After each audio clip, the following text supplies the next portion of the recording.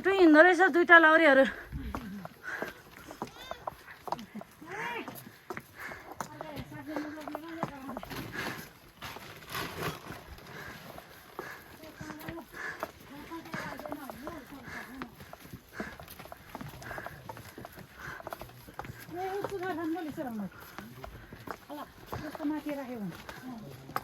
बाटोमा चाहिँ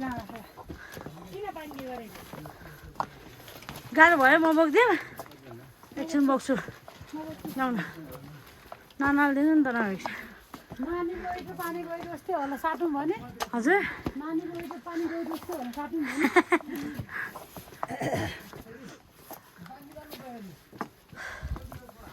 तर यहाँ चाहिँ अलिकति मन खिन्न लाग्ने भनेको पूजाको सामानहरू चाहिँ नपाउने क्या नाना है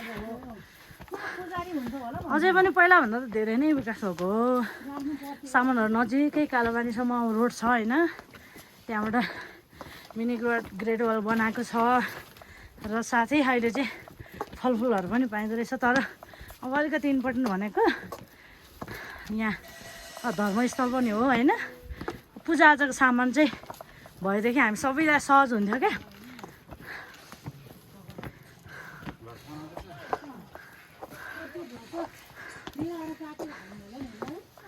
बच्चाको पावर चाहिँ नआउनु होला म जस्तै भन्नु न।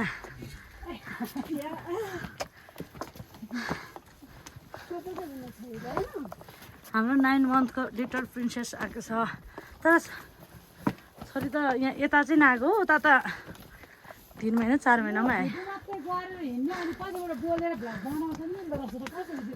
मिल्छ नाना पछि आवाज थप्दा मिल्छ नि। अब यो लाइट हाल्दै हुनुहुन्छ क्या अरे, यसमा लाइट फिट गर्नेवाला रहेछ, एकदमै राम्रो छ। अझै विकास हुँदैछ हेर्नु त, हिमालहरू यस्तो राम्रो देखिरहेछ है, एकदमै मनपर्ने क्या मलाई चाहिँ। डेन्जर छ यहाँ चाहिँ।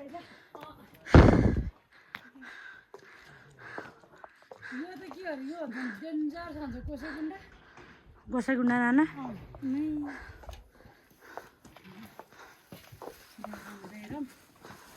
आमा राम्रो राम्रो त ठाडै रहेछ।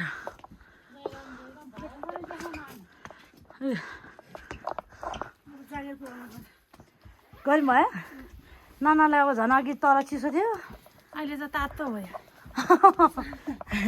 चढ्दै अन्त। तर लाइटहरू पनि हाल्ने रहेछ यहाँ, थाहा भयो।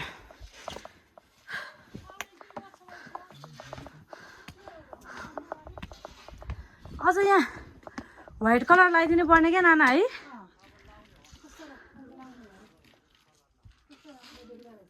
ए हो र,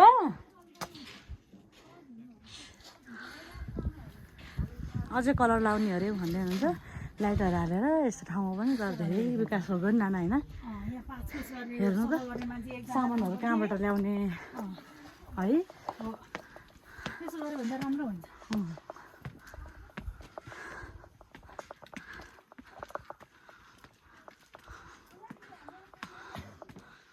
के फुस्क्यो बाटोमा चाहिँ राख्नु मिल्दैन, केही नि हुँदैन, गर गर।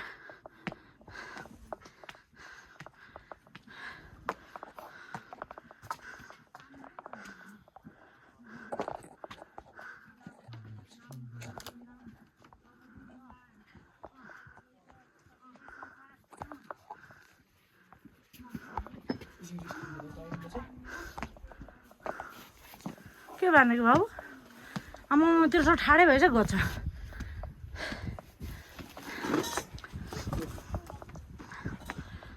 ल ब्याग बोक्नु, म बोक्छु।